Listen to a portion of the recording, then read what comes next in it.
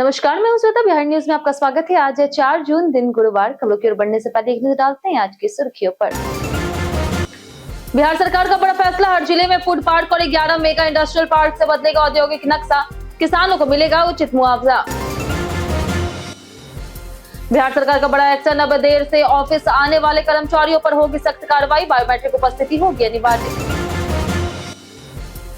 बिहार में वज्रपात से बचाव के लिए बड़ा अभियान शुरू, 6 जिलों में 1 करोड़ रुपए की लागत से चलेगा जागरूकता कार्यक्रम। 907 पंचायतों में लोगों को ठनका सुरक्षा की दी जाएगी ट्रेनिंग। बिहार में खेल जगत को मिलेगा बढ़ावा, राष्ट्रीय अंतर्राष्ट्रीय खिलाड़ियों को बिना परीक्षा मिलेगी सरकारी नौकरी। आवेदन प्रक्रिया 5 से 20 जून तक होगी आयोजित।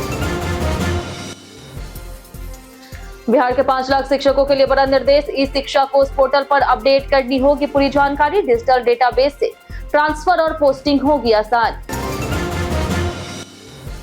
बिहार कैबिनेट ने 13 अहम प्रस्तावों को दी मंजूरी, चिकित्सा सहायता कोष की आय हुई 4 लाख रुपए, गरीब मरीजों को मिलेगा लाभ। स्पोर्ट्स एंकर रिद्धिमा पाठक का बड़ा बयान, वैभव सूर्यवंशी बने बिहार की नई पहचान। सोशल मीडिया पर भी युवाओं की प्रेरणा स्रोत के रूप में हो रही चर्चा। चलिए एक नजर डालते हैं आज की 25 बड़ी खबरों की ओर। डीआरडीओ के 33 पदों पर 19 जून तक करे आवेदन। रक्षा अनुसंधान और विकास संगठन यानी कि डीआरडीओ ने वैज्ञानिक बनने का सपना देख रहे युवाओं के लिए साइंटिस्ट सी, डी और ई पदों पर भर्ती निकाली है। कुल 33 रिक्तियों के लिए ऑनलाइन आवेदन प्रक्रिया शुरू हो चुकी है और उम्मीदवार 19 जून 2026 तक आवेदन कर सकते हैं। इच्छुक अभ्यर्थी आरएससी की आधिकारिक वेबसाइट पर जाकर के फॉर्म भर सकते हैं। भर्ती में आवेदन के लिए संबंधित इंजीनियरिंग या फिर टेक्नोलॉजी डिग्री प्रथम श्रेणी में होना आवश्यक है। साथ ही पदानुसार कार्य अनुभव भी मांगा गया है। अधिकतम आयु सीमा 35 से 45 वर्ष निर्धारित है। सामान्य, ओबीसी और ईडब्ल्यूएस वर्ग के लिए आवेदन शुल्क 100 रुपए है, जबकि एससी, एसटी और दिव्यांग अभ्यर्थियों के लिए आवेदन निःशुल्क रखा गया है। अगर आप भी डीआरडीओ की तैयारी कर रहे हैं तो लिंक पर ऐप पर जाकर के फ्री मॉक टेस्ट और स्टडी मटेरियल प्राप्त कर सकते हैं। इसके लिए गूगल प्ले स्टोर या फिर एप्पल ऐप स्टोर से ऐप प्राप्त करें। बिहार कैबिनेट ने 13 अहम प्रस्ताव को दी मंजूरी। बिहार कैबिनेट ने मुख्यमंत्री सम्राट चौधरी की अध्यक्षता में 13 महत्वपूर्ण प्रस्ताव को मंजूरी दी है। सबसे बड़ा फैसला, मुख्यमंत्री चिकित्सा सहायता कोष की आय सीमा 2.50 लाख से बढ़ा करके 4 लाख रुपए करना रहा, जिससे अधिक जरूरतमंद मरीजों को इलाज में आर्थिक सहायता मिलेगी। सीडीपीओ पदों पर सीधी भर्ती का रास्ता भी साफ हुआ। सूक्ष्म खाद्य उद्योगों के लिए 164.51 करोड़ रुपए मंजूर किए गए। बिजली उपभोक्ताओं की शिकायतों के त्वरित समाधान के लिए नया फोरम बनाया जाएगा। वहीं भोजपुर में 31.20 करोड़ रुपए की लागत से एकीकृत जलीय कृषि पार्क स्थापित करने की भी मंजूरी दी गई। बिहार में बनेंगे 11 मेगा पार्क और 38 फूड पार्क। बिहार सरकार ने राज्य में औद्योगिक विकास को गति देने के लिए 11 मेगा पार्क और सभी 38 जिलों में फूड पार्क स्थापित करने की घोषणा की है। मुख्यमंत्री सम्राट चौधरी ने उद्योग विभाग को इसके लिए जल्द कार्रवाई के निर्देश दिए। उद्योगों को जमीन उपलब्ध कराने के लिए 50,000 एकड़ का लैंड बैंक तैयार किया जाएगा और किसानों को उचित मुआवजा देकर के सहमति से भूमि अधिग्रहण किया जाएगा। सरकार नई औद्योगिक इकाइयों को समय पर सब्सिडी और जरूरी सुविधाएं देगी। साथ ही बिहार को ईज ऑफ डूइंग बिजनेस में अग्रणी राज्य बनाने के लिए निवेश प्रक्रिया को सरल, पारदर्शी और निवेशक अनुकूल बनाने पर जोर दिया गया। कॉर्पोरेट एंट्री से बदलेगी बिहार की उच्च शिक्षा व्यवस्था। बिहार में उच्च शिक्षा को रोजगार उन्मुख और आधुनिक बनाने के लिए कॉर्पोरेट संस्थानों की भागीदारी बढ़ाई जा रही। नई राष्ट्रीय शिक्षा नीति 2020 के तहत हर विश्वविद्यालय और कॉलेज में सेंटर ऑफ एक्सीलेंस, इंटर्नशिप और एकेडमिक बैंक ऑफ क्रेडिट को अनिवार्य किया जाएगा। उद्योग जगत की मदद से पाठ्यक्रम तैयार किए जाएंगे ताकि शिक्षा बाजार की जरूरतों के अनुसार हो सके। नए सत्र में अप्रेंटिसशिप एम्बेडेड डिग्री प्रोग्राम लागू होगा, जिसमें छात्रा को पढ़ाई के साथ कंपनियों में काम करने और स्टाइपेंड पाने का अवसर मिलेगा। एआई और नई टेक्निकों की ट्रेनिंग निजी कंपनियां देगी, जिससे प्लेसमेंट और कौशल विकास मजबूत होगा। बीपीएससी ने जारी की ऑडिटर प्रीलिम्स परीक्षा की तारीख। बिहार लोक सेवा आयोग ने पंचायती राज विभाग में 102 ऑडिट पदों पर भर्ती के लिए प्रारंभिक परीक्षा की तिथि घोषित कर दी है। यह परीक्षा 5 जुलाई को आयोजित होगी। प्रारंभिक परीक्षा में 150 अंकों के सामान्य अध्ययन के वस्तुनिष्ठ प्रश्न पूछे जाएंगे और अवधि 2 घंटे होगी। एडमिट कार्ड जून के मध्य में जारी किए जाएंगे। चयन प्रक्रिया 3 चरणों प्रारंभिक परीक्षा, मुख्य परीक्षा और साक्षात्कार पर आधारित होगी। चयनित अभ्यर्थियों को पे लेवल 5 के तहत लगभग 37,000 रुपए मासिक वेतन मिलेगा। आयोग ने उम्मीदवारों को मॉक टेस्ट, पुराने प्रश्न पत्र और करंट अफेयर्स पर विशेष ध्यान देने की सलाह दी है। देर से ऑफिस आने वालों पर सरकार का बड़ा एक्शन। बिहार सरकार ने सरकारी कार्यालयों में लेट लतीफी रोकने के लिए सख्त निर्देश जारी किया। अब सभी कर्मचारियों को कार्यालय पहुंचते ही बायोमेट्रिक उपस्थिति दर्ज करानी होगी। देर से आने या फिर उपस्थिति दर्ज नहीं कराने पर विभागीय कार्रवाई के साथ वेतन भी काटा जाएगा। करीब 10 लाख सरकारी कर्मचारियों पर यह नियम लागू होगा। सरकार ने लंच ब्रेक का समय भी दोपहर 1:30 से 2 बजे तक तय किया है। अधिकारियों को नियमों के पालन की निगरानी की जिम्मेदारी दी गई है। सरकार का उद्देश्य कार्यालयों की कार्य क्षमता बढ़ाना और जनता को समय पर बेहतर सरकारी सेवाएं उपलब्ध कराना है। बिहार में कोचिंग सेंटरों के लिए बनेगी नई आचार संहिता। पटना में खान सर के कोचिंग संस्थान में हुई तोड़फोड़ के बाद बिहार सरकार सख्त कार्रवाई की तैयारी में है। शिक्षा मंत्री मिथिलेश तिवारी ने कहा कि कोचिंग संस्थानों की मनमानी रोकने के लिए जल्द नई नीति और मॉडल कोड ऑफ कंडक्ट लागू किया जाएगा। सरकार ने डीजीपी से घटना की रिपोर्ट मांगी है और दोषियों पर कड़ी कार्रवाई का संकेत दिया। मंत्री ने आरोप लगाया कि कुछ कोचिंग संस्थान छात्र आंदोलनों को प्रभावित कर सरकार को अस्थिर करने की कोशिश करते हैं। साथ ही सरकारी स्कूलों में पढ़ाई छोड़ निजी कोचिंग में पढ़ाने वाले शिक्षकों की पहचान कर उनके खिलाफ भी सख्त कार्रवाई की जाएगी। बिहार में खिलाड़ियों को बिना परीक्षा मिलेगी सरकारी नौकरी। बिहार सरकार ने खेल नियुक्ति नीति 2026 के तहत खिलाड़ियों के लिए बड़ा फैसला लिया। अब अंतर्राष्ट्रीय और राष्ट्रीय स्तर पर पदक जीतने वाले खिलाड़ियों को बिना लिखित परीक्षा के सीधे सरकारी नौकरी दी जाएगी। ओलंपिक, एशियन गेम्स, कॉमनवेल्थ और नेशनल गेम्स के पदक विजेताओं को उनकी उपलब्धियों के आधार पर विभिन्न वेतनमान और पदों पर नियुक्ति मिलेगी। ओलंपिक और स्वर्ण पदक विजेताओं को उच्च स्तर के पद दिए जाएंगे, जबकि अन्य प्रतिभागियों और पदक विजेताओं को अलग अलग लेवल पर अवसर मिलेगा। बाहर कार्यरत खिलाड़ियों को भी बिहार लौटने पर पूरा सेवा लाभ मिलेगा। आवेदन प्रक्रिया 5 से 20 जून तक होगी। यह नीति खेल संस्कृति को मजबूत करेगी। वज्रपात से बचाव के लिए 6 जिलों में विशेष अभियान। बिहार में वज्रपात से होने वाली जनहानि कम करने के लिए आपदा प्रबंधन प्राधिकरण ने 6 जिलों नालंदा, नवादा, बांका, औरंगाबाद, पूर्णिया और कटिहार में विशेष जागरूकता अभियान चलाने का फैसला किया। करीब 1 करोड़ रुपए की लागत से 907 पंचायतों में एलईडी वाहनों, पोस्टर, बैनर और पैम्पलेट के माध्यम से लोगों को वज्रपात से बचाव की जानकारी दी जाएगी। अभियान में प्रशिक्षित स्वयंसेवक भी शामिल होंगे। साथ ही लोगों को दामिनी ऐप के उपयोग और मौसम चेतावनियों को गंभीरता से लेने के लिए प्रेरित किया जाएगा, ताकि ठनका से होने वाले मौतों और नुकसान को कम किया जा सके। रिद्धिमा पाठक ने वैभव सूर्यवंशी को बताया बिहार का चेहरा। आईपीएल में शानदार प्रदर्शन से पहचान बनाने वाले युवा क्रिकेटर और बिहार के लाल वैभव सूर्यवंशी एक बार फिर चर्चा में है। प्रसिद्ध स्पोर्ट्स एंकर रिद्धिमा पाठक ने एक वायरल वीडियो में उन्हें बिहार का सबसे बड़ा पीआर एम्बेसडर बताया। रिद्धिमा ने कहा कि पहले कई युवा खुद को बिहारी बताने में झिझकते थे, लेकिन वैभव की सफलता ने राज्य के युवाओं में नया आत्मविश्वास जगाया है। उनके अनुसार वैभव केवल एक सफल क्रिकेटर नहीं, बल्कि बिहार की नई पहचान, प्रतिभा और संभावनाओं के प्रतीक बनकर उभरे हैं। सोशल मीडिया पर भी लोगों ने उन्हें बिहार के बदलते आत्मविश्वास और सकारात्मक छवि का प्रतिनिधि बताया। बिहार के 5 लाख शिक्षकों को ऑडिट करनी होगी जानकारी। बिहार शिक्षा विभाग ने राज्य के करीब 5 लाख शिक्षकों को ई शिक्षा कोष पोर्टल पर अपना स्थायी और वर्तमान पता अपडेट करने का निर्देश दिया। शिक्षकों को जिला, प्रखंड, पंचायत, गांव, वार्ड, डाकघर, पिन कोड सहित पूरी जानकारी के साथ आवासीय प्रमाण पत्र भी अपलोड करना होगा। निर्धारित समय सीमा के बाद डेटा फ्रीज कर दिया जाएगा और संशोधन संभव नहीं होगा। विभाग का उद्देश्य शिक्षकों का सटीक डिजिटल डेटाबेस तैयार करना है, जिससे स्थानांतरण, पदस्थापन और अन्य प्रशासनिक कार्यों में सुविधा होगी। हालांकि कई महिला शिक्षिकाओं के बीच मायके और ससुराल के पते को लेकर के भ्रम की स्थिति बनी हुई है। बिजली ट्रिपिंग पर सख्त हुए ऊर्जा विभाग के अधिकारी। बिहार में बिजली आपूर्ति को बेहतर बनाने और ट्रिपिंग की घटनाओं पर नियंत्रण के लिए ऊर्जा विभाग ने अधिकारियों को सख्त निर्देश दिए हैं। ऊर्जा सचिव अजय यादव ने समीक्षा बैठक में कहा कि सभी कार्य निर्धारित एसओपी के अनुसार किए जाएं और बिजली बाधित होने पर तुरंत कार्रवाई सुनिश्चित की जाए। उन्होंने डिस्ट्रीब्यूशन ट्रांसफार्मर, बिजली पोल लाइनों और अन्य विद्युत ढांचे के नियमित निरीक्षण और रखरखाव पर जोर दिया।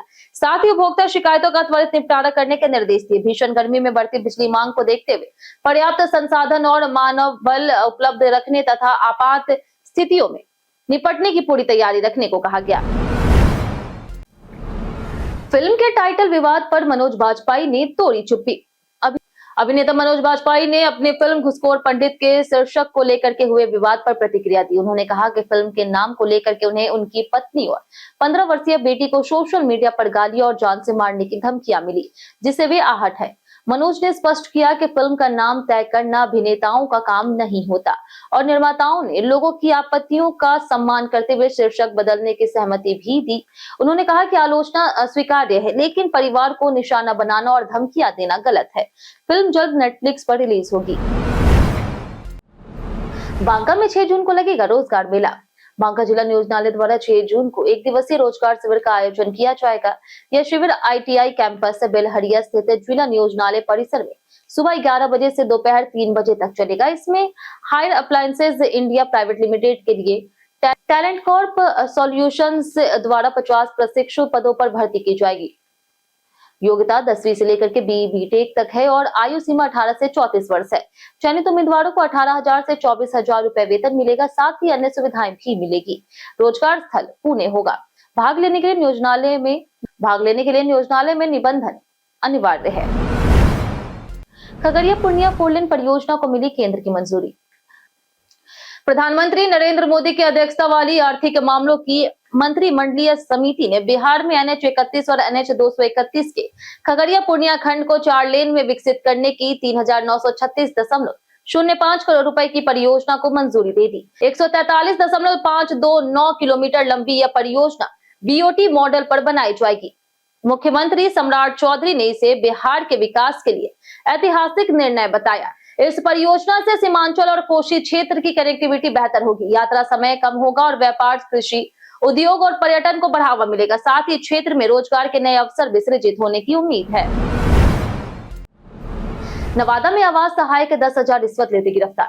बिहार में भ्रष्टाचार के खिलाफ बड़ी कार्रवाई करते हुए निगरानी अन्वेषण ब्यूरो ने नवादा जिले के मैस्कौर प्रखंड में कार्यरत आवास सहायक बीरू कुमार को 10,000 रुपए रिश्वत लेते रंगे हाथों गिरफ्तार किया। आवास योजना के लाभ दिलाने के बदले रिश्वत मांगने की शिकायत मिलने पर निगरानी विभाग ने जांच की और आरोप सही पाए जाने पर जाल बिछा करके कार्रवाई की गई। आरोपी के पास से रिश्वत की रकम बरामद की गई है। अब उससे पूछताछ की जा रही और आगे की कानूनी कार्रवाई की जाएगी। विभाग ने कहा है कि रिश्वतखोरी किसी भी कीमत पर बर्दाश्त नहीं की जाएगी। अब UGC नेट स्कोर से होगा PhD में दाखिला। बिहार में PhD प्रवेश प्रक्रिया में बड़ा बदलाव किया गया है। कुलाधिपति सैयद अता हसनैन के निर्देश पर अब सभी विश्वविद्यालयों में PhD में नामांकन केवल UGC नेट स्कोर के आधार पर होगा।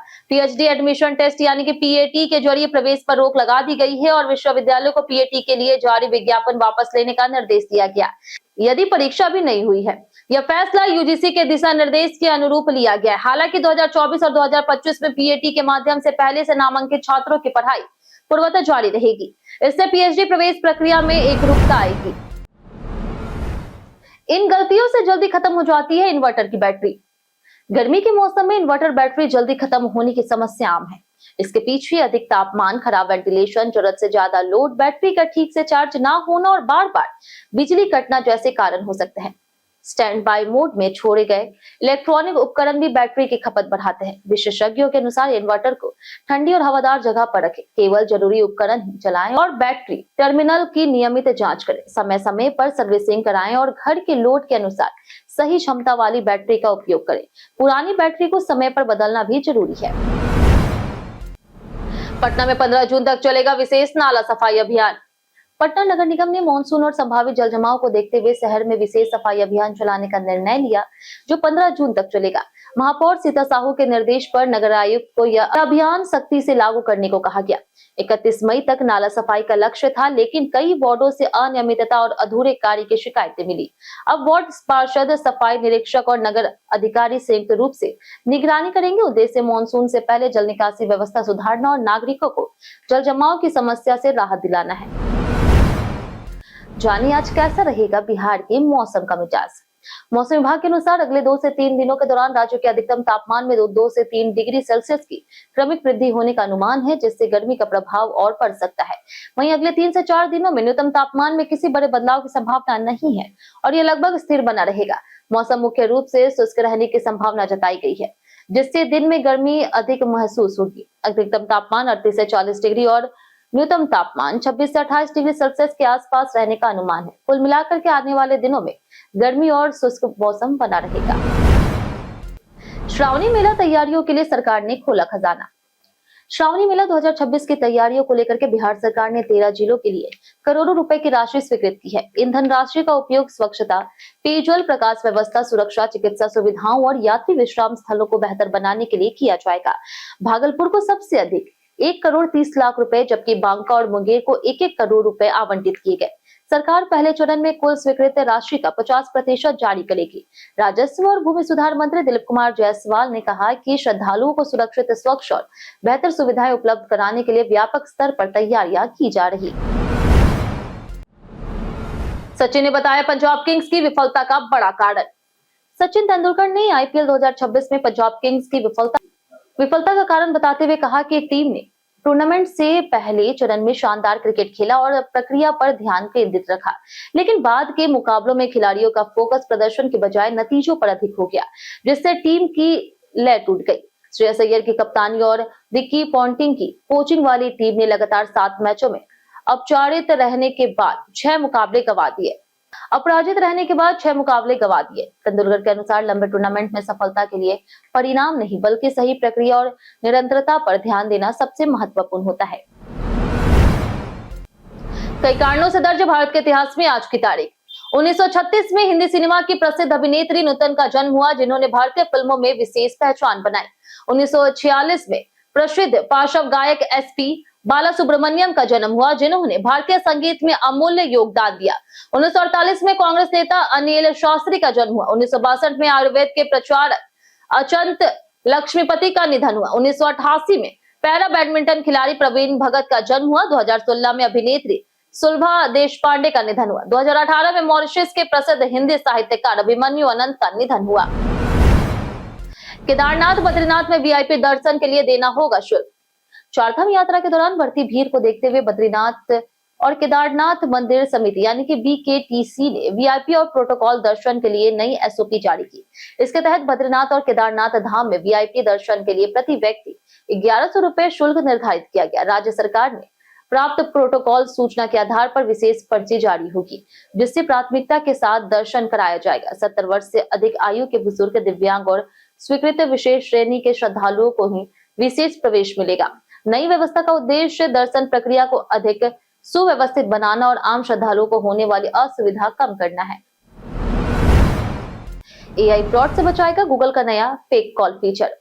एआई आधारित डीप फेक कॉल और वॉइस क्लोनिंग से बढ़ते साइबर फ्रॉड को रोकने के लिए गूगल नया फेक कॉल डिटेक्शन फीचर ला रहा है। यह फीचर कॉल के दौरान कॉलर की पहचान को बैकग्राउंड में वेरीफाई करेगा। यदि नंबर या फिर डिवाइस संदिग्ध पाया गया तो यूजर को तुरंत चेतावनी देगा। यह सुविधा एंड्रॉइड 12 या फिर उससे ऊपर के स्मार्टफोन्स पर उपलब्ध होगी और सबसे पहले पिक्सल डिवाइसों में रोल आउट की जाएगी। इसके अलावा गूगल फोटोज में क्लोथिंग टैग फाइंडर फीचर भी आने वाला है, जिससे यूजर्स कपड़ों के आधार पर अपनी तस्वीरें आसानी से खोज सकेंगे। हम प्रतिदिन आपसे 7 ऐसे जरूरी सवाल उसके जवाब बताएंगे जो कि बीपीएससी, बिहार पुलिस दरोगा समेत एसएससी जैसे अन्य प्रतियोगी परीक्षाओं में काम आएंगे। सवाल इतिहास, बिहार स्पेशल, विज्ञान, करंट अफेयर्स और भूगोल से रहेंगे। पूछे गए 5 सवाल में आपने कितना सही जवाब दिया, ये हमें कमेंट करके जरूर बताएं। तो हमारा पहला सवाल है, किस वर्ष बिहार और उड़ीसा बंगाल से अलग हुए? ऑप्शन ए है 1936, ऑप्शन बी है 1938, ऑप्शन सी है 1930, ऑप्शन डी 1912। इसका सही जवाब है ऑप्शन डी 1912। हमारा दूसरा सवाल है, बिहार की पहली तेल रिफाइनरी किस कस्बे या शहर में स्थापित की गई थी? ऑप्शन ए है पटना, ऑप्शन बी है बरौनी, ऑप्शन सी है सिवान, ऑप्शन डी है भागलपुर। इसका सही जवाब है ऑप्शन बी बरौनी। हमारा तीसरा सवाल है, बिहार की अर्थव्यवस्था में किस क्षेत्र का योगदान सबसे अधिक है? ऑप्शन ए है उद्योग, ऑप्शन बी है कृषि, ऑप्शन सी है सेवा, ऑप्शन डी शिक्षा। इसका सही जवाब है ऑप्शन सी सेवा। हमारा चौथा सवाल, बिहार के तराई क्षेत्र में उगाई जाने वाली प्रमुख फसलें कौन कौन सी है? ऑप्शन ए गेहूं, ऑप्शन बी है धान और जूट, ऑप्शन सी है गन्ना, ऑप्शन डी उपरोक्त सभी। इसका सही जवाब है ऑप्शन डी उपरोक्त सभी। हमारा पांचवा सवाल है कि क्षेत्रफल की दृष्टि से बिहार का सबसे छोटा जिला कौन सा है? Option A Sheohar, option B है सिवान, ऑप्शन सी है कटिहार, ऑप्शन डी है अरवल। इसका सही जवाब है ऑप्शन ए शिवहर। हमारा छठा सवाल, बिहार में मिले सबसे पुराने शिलालेख किस शासक के हैं? Option A Bindusara, option B है अशोक, ऑप्शन सी है चंद्रगुप्त, ऑप्शन डी समुद्रगुप्त। इसका सही जवाब है ऑप्शन बी अशोक। हमारा आखिरी सवाल, अकबर ने बुलंद दरवाजा किस वर्ष बनाया था? ऑप्शन ए है 1519, ऑप्शन बी है 1600, ऑप्शन सी है 1601, ऑप्शन डी 1605। इसका सही जवाब है ऑप्शन सी 1601। बीते दिन हमारे द्वारा पूछे गए सवाल का जवाब आप लोग में से बहुत लोगों ने हमारे कमेंट बॉक्स सेक्शन में लिख कर दिया। जिन्होंने हमारे द्वारा पूछे गए सवाल का जवाब दिया उनके नाम है मुरली पासवान, राम बाबू दास, अभिनंदन कुमार, गीता देवी, राजीव राय, मनोज यादव, जितेंद्र ठाकुर, राजेश मांझी, दयानंद सिंह, आदित्य प्रधान,